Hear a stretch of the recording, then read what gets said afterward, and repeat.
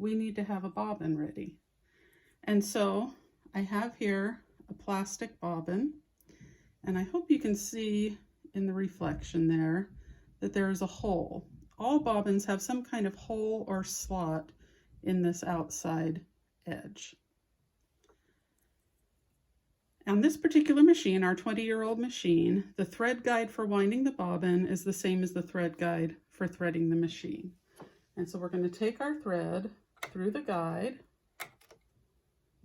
and then come through the tension discs. Now it's a good idea to hold your thread on either side and maybe even floss it back and forth or give it a pull to make sure that it seats all the way between those tension plates. You need to have tension on the thread so that as the thread is winding on the bobbin, it spreads evenly, and you'll notice the thread going up and down as the bobbin winds.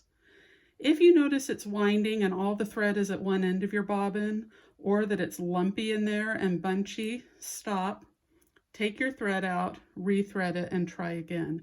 Because if the tension is not good in the bobbin, you'll have trouble when you start sewing. At this point, you take your thread and that hole that I just mentioned, you're going to stick your thread from the inside of the bobbin out the top of the bobbin, like this, so that the thread comes through. Place it on your bobbin winder, and then at this point you want to hold the thread in your left hand so that you can use your right hand to push the bobbin winder into place, but also to disengage the hand wheel from the motor. Remember, if the hand wheel is spinning, the needle's going up and down, and we don't want to wear out the parts of our machine with the needle going up and down rapidly while you're winding the bobbin. So in this particular machine, to disengage the hand wheel from the motor, you pull it straight out. Now it's disconnected from the motor. Your bobbin is slid to the right in place, and we're going to wind for just a second or two. And see now that the bobbin is getting full enough that the thread will hold itself. So at this point, you stop, trim that thread right next to the bobbin, and if it comes off like that, just push it back around. It'll be okay because it's going to get buried down in the bobbin. And now, just continue to wind the bobbin. You see how the thread is going up and down, back and through? That means that our tension is correct. Now, I won't make you sit here and watch me wind the entire bobbin, but you want to wind it until you hear it starting to rub against this guide over here. Now, some machines have an automatic shut-off once it hits that guide. This bobbin will literally pop back into place or stop spinning. But once you hear it hitting against this guide or rubbing, you can stop, clip your thread, remove the bobbin, and make sure that you push your hand wheel back into place or turn the knob, whichever, and I'll show you some of those different methods on the other machines. Back to our 30-year-old machine, you'll remember that this machine has a separate thread guide for winding the bobbin.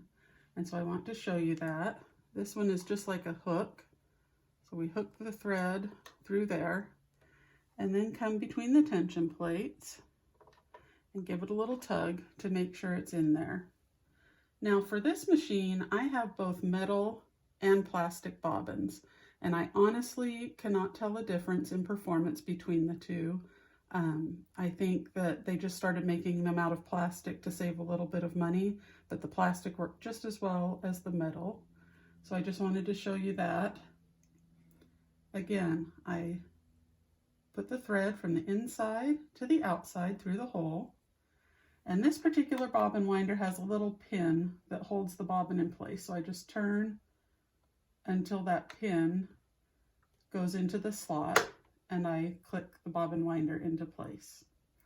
Now on this machine, there's a knob in the middle of the hand wheel that I turn to disengage my motor.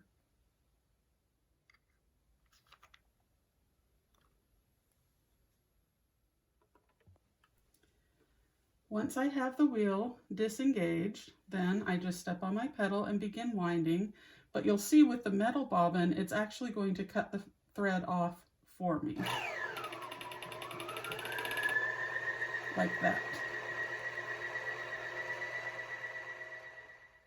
Winding the bobbin on our brand new machine works exactly the same way. This machine does have a couple of features that I will show you, but remember, features are just for convenience and not necessary in operating the machine. So, as always, we go through the thread guide and then between our tension discs and give it a tug. Now, on this particular machine, you can wind the thread around the bobbin a few times, and then there's a little notch that cuts off the end of the thread for you and holds it in place. However, I have pulled the thread out through the hole in the bobbin before, and it worked exactly the same way. On this machine, once you slide the bobbin winder into place, it automatically disengages the hand wheel. This is the first machine I've ever sewn on that does that. If you have a newer machine, it's possible that your machine has the same feature.